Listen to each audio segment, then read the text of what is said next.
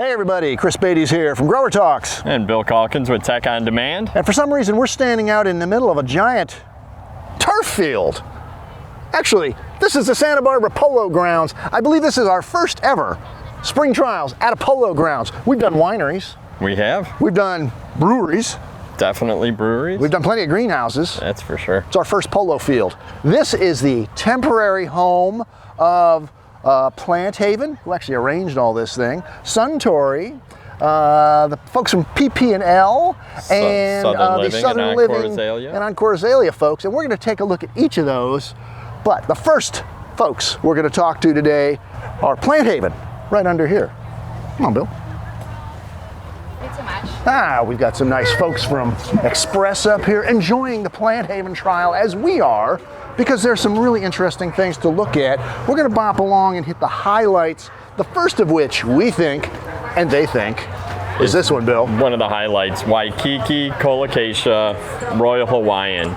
And it's actually a really interesting Colocasia, and with this nice center that if you show this this poster here a little bit, it's definitely a flamingo pink, as they say, vein going right down the middle. Yeah, you don't get the kind of flamboyant tropical foliage on the Colocasias, and they've been doing a lot of the Colocasias out of the University of Hawaii, yes, I believe, where they started breeding these for food, for the poi that you make off of it, the tuber.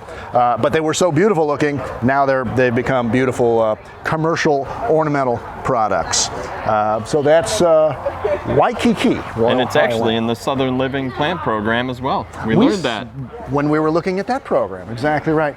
For the last couple of years, they've been introducing these cool like hummingbird and pollinator attracting plants. Hummingbird Falls.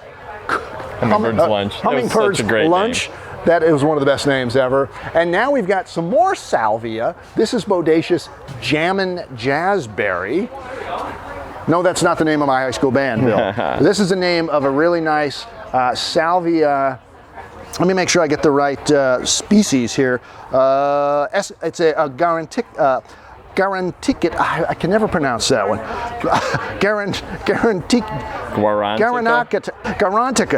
How do you pronounce that? Salvia Garantica. Garanetica. Salvia garanetica, well spoken, you. Now the only problem is, as you're looking at this, the flowers should be a whole lot longer. They had a little bit of a PGR incident in the trial growing, but don't hold that against it.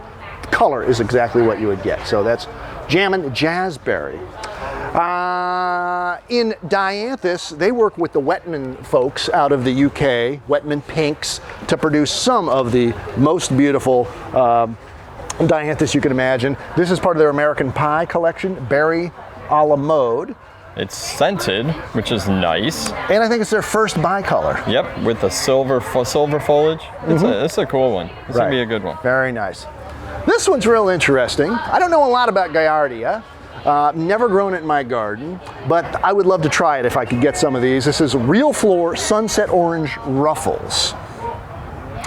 It's going to be good in kind of a bigger format at retail, 1 or 2 gallon, and again, it's a great pollinator. Fast too. 10 weeks from a 72 count cell to a what did they say? I want to make sure I'm accurate. To a gallon pot. Tissue culture, so you know it's nice and clean, and it's a Zone 5 perennial as well.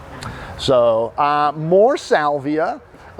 In this case, it's a triple cross. Right, triple cross, which they've tried to explain to us any number of times. Right, I want to make sure I got that accurate. Well, then they couldn't tell us. It's a 3-way cross. Yep. Hemensis and a couple of maybe Gregii in there. A couple others. So, but the bottom line is beautiful flowers. You know they're going to be like pollinator attractors. And this real pretty bicolor over here, Ignition Sunset. Yeah, so those are Sunrise. And that makes sunset's 5 over colors. there. That makes 5 colors in the series. This is a good one. Yeah, Vibe, Ignition. Now we've known about perennial violas or pansies for quite a long time, and I've always liked them because I like pansies and I want them to come back every year. Sure. This is one called Magnificent. It's fragrant. Oh, it's very nice. Delft Blue Viola. Hardy to Zone 5. and a very tidy habit. Now, marshmallows, Bill. Love them, love them. This is, it's definitely a marshmallow on a stick, or a truffula tree, or something along those lines. It's the real floor leucanthemum tiny bubbles. Real tiny bubbles. Real tiny bubbles. They're real tiny. That's what they think this kind of looks like. Like it could be millions and millions of little tiny bubbles around the outside of the flower there. He said it's a pom-pom Shasta daisy. Yeah, it's a marshmallow on a stick. It is what it is. I like that so better. That's kind of fun. We got some succulents here, the Semper Vivums, the Super Sems, as they call them. These have done real well, they say, and they've got one new introduction back here, which is called Emerald. Yeah. It's green. It is. Yes. It is. And on the last variety we'll want to talk about, well, here's the thing. Is it a shrub? Is it an annual? Or a component plant? Yes, the answer is sort of yes. This is a Abelia, Suntastic Peach. Robert, our tour guide, told us that this lines Main Street in Disneyland. Yeah. So it does really good in a setting like that in Southern California. But he said you could also use it as like a premium annual in a combination. It's a nice mixed plant. I mean, the color's really sharp. The variegation's really nice. I think that he's got something there with the mix. Right. So that is Suntastic Peach Abelia, and that is a sampling of the weird and wonderful stuff you can get here at PlantHaven at the 2022 California Spring Trials. Is that a polo pony going? No, that's a dog.